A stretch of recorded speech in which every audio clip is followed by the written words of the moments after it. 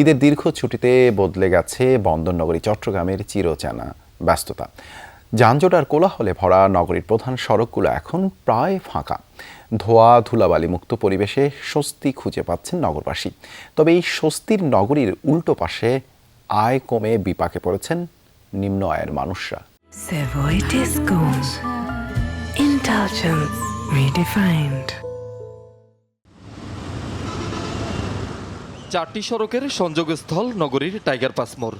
স্বাভাবিক সময়ে দিনভর শত শত গাড়ি চলাচল করত, লেগে থাকতো দীর্ঘ যানজট, ট্রাফিক জ্যাম। তবে ঈদের দীর্ঘ ছুটিতে যেন বদলে গেছে বন্দরনগরী চট্টগ্রামের চিরচেনা সেই রূপ। ধোয়া ধুলাবালি মুক্ত নগরীতে স্বস্তির নিঃশ্বাস ফেলছেন নগরবাসীও। ফাঁকা নগরীকে সুযোগ হিসাবে নিয়ে পরিবার পরিজন নিয়ে ঘুরতে বের হয়েছেন অনেকে।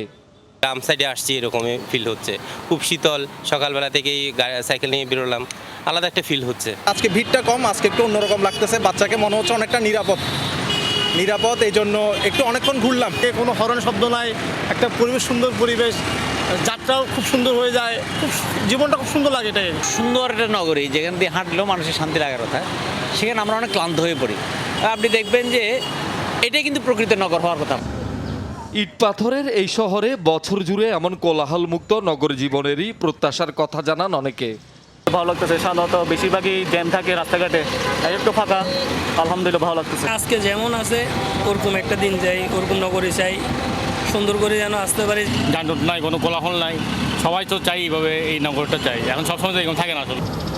যানজট মুক্ত নগরী যেন চালকদের কাছে রূপকথার গল্পের মতো। তবে যাত্রী তুলনামূলক কম হওয়ায় উপার্জন কমেছে দাবি তাদের।